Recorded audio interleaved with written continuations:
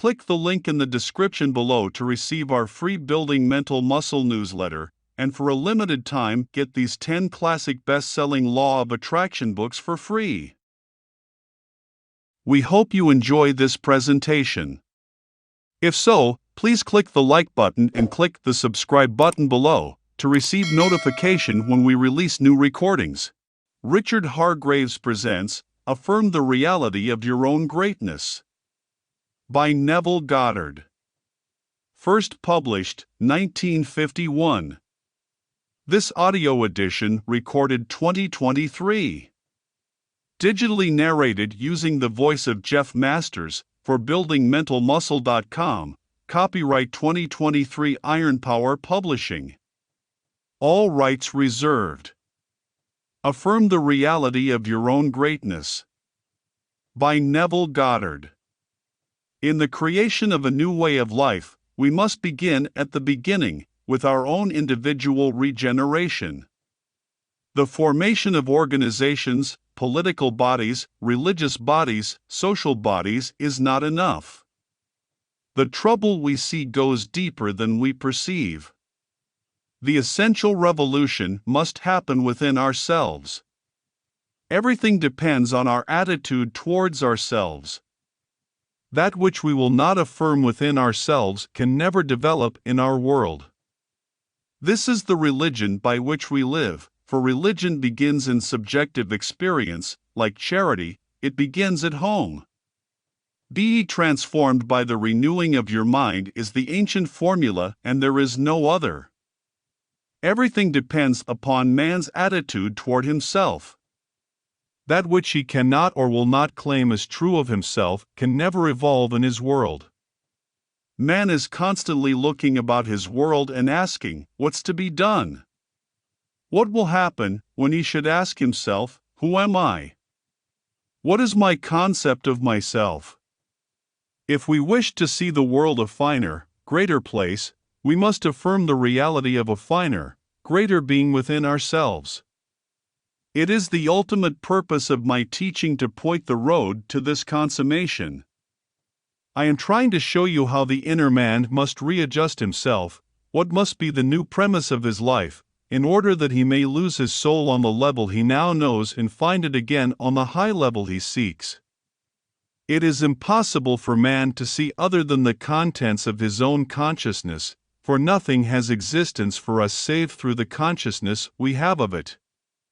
The ideal man is always seeking a new incarnation, but unless we, ourselves, offer him human parentage, he is incapable of birth.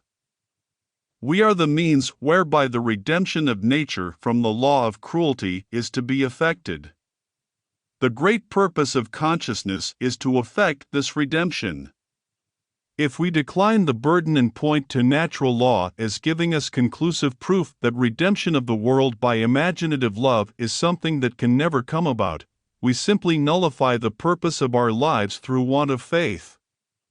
We reject the means, the only means, whereby this process of redemption must be effected. The only test of religion worth making is whether it is trueborn.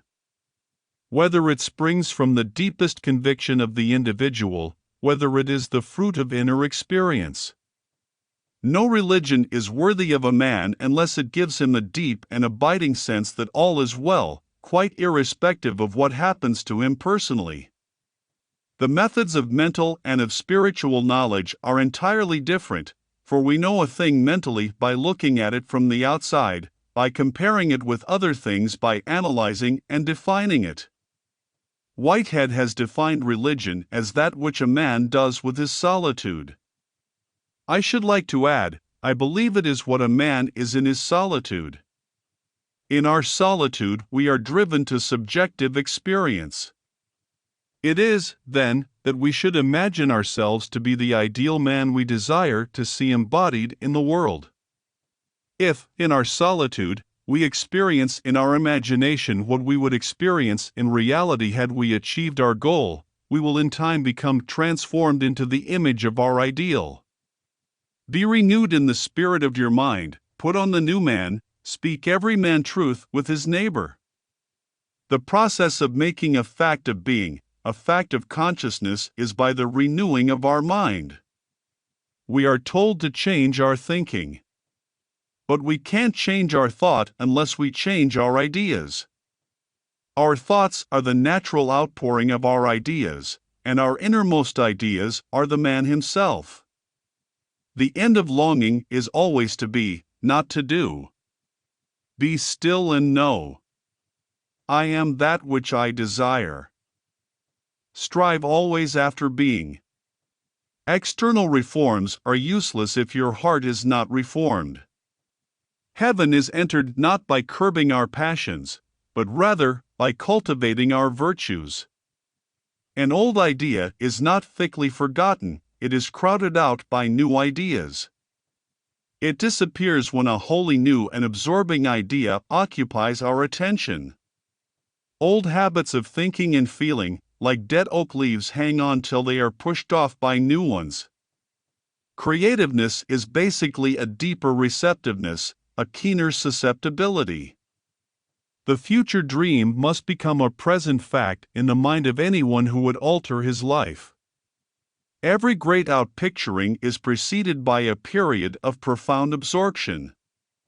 When that absorption is filled with our highest ideal, when we become that ideal, then we see it manifest in our world and we realize that the present does not recede into the past, but advances into the future. This is essentially how we change our future. A now which is elsewhere has for us no absolute meaning. We only recognize now when it is at the same time here. When we feel ourselves into the desired state here and now, we have truly changed our future. It is this changing your future which I hope to explain to you fully next Sunday morning when I am speaking for Dr. Bales at 10:30 at the Fox Wilshire Theatre on Wilshire Boulevard near La Cienega. It is my purpose to stir you to a higher concept of yourself and to explain so clearly the method by which you can achieve this concept that each one of you will leave the service on Sunday morning a transformed being. Discouraged people are sorely in need of the inspiration of great principles. We must get back to first principles if we are to speak with a voice that will kindle the imagination and rouse the spirit. Again, I must repeat, in the creation of a new way of life, we must begin at the very beginning with our own individual regeneration. Man's chief delusion is his conviction that he can do anything. Everyone thinks he can do, everyone wants to do, and all ask, what to do? What to do? It is impossible to do anything. One must be. It is hard for us to accept the fact that we, of ourselves, do nothing. It is especially difficult because it is the truth, and the truth is always difficult for man to accept. But actually, nobody can do anything. Everything happens, all that befalls man, all that is done by him, all that comes from him, all this happens, and it happens in exactly the same way that rain falls, as a result of a change in the temperature in the higher regions of the atmosphere. This is a challenge to us all. What concept are we holding of ourselves in the higher regions of our soul? Everything depends upon man's attitude towards himself. That which he will not affirm as true within himself can never develop in his world. A change of concept of self is the right adjustment, the new relationship between the surface and the depth of man. Deepening is, in principle, always possible, for the ultimate depth lives in everyone, and it is only a question of becoming conscious of it. Life demands of us the willingness to die and to be born again. This is not meant that we die in the flesh. We die in the spirit of the old man to become the new man, then we see the new man in the flesh. Subjection to the will of God is an old phrase for it, and there is, I believe, no new one that is better. In that self-committal to the ideal we desire to express, all conflict is dispersed, and we are transformed into the image of the ideal in whom we rest. We are told that the man without a wedding garment reaches the kingdom by cleverly pretending. He does not believe internally what he practices externally. He appears good, kind, charitable. He uses the right words, but inwardly he believes nothing. Coming into the strong light of those far more conscious than himself, he ceases to deceive. A wedding garment signifies a desire for union. He has no desire to unite with what he teaches, even if what he teaches is the truth. Therefore, he has no wedding garment. When we are united with the truth, then we will put off the old nature and be renewed in the spirit of our mind. Truth will strip the clever pretenders of their false aristocracy.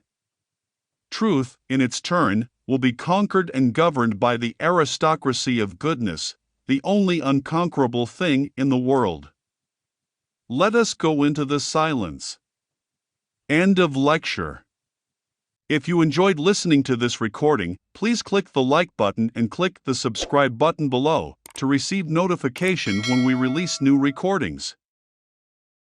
Click the link in the description below to receive our free Building Mental Muscle newsletter, and for a limited time get these 10 classic best-selling Law of Attraction books for free.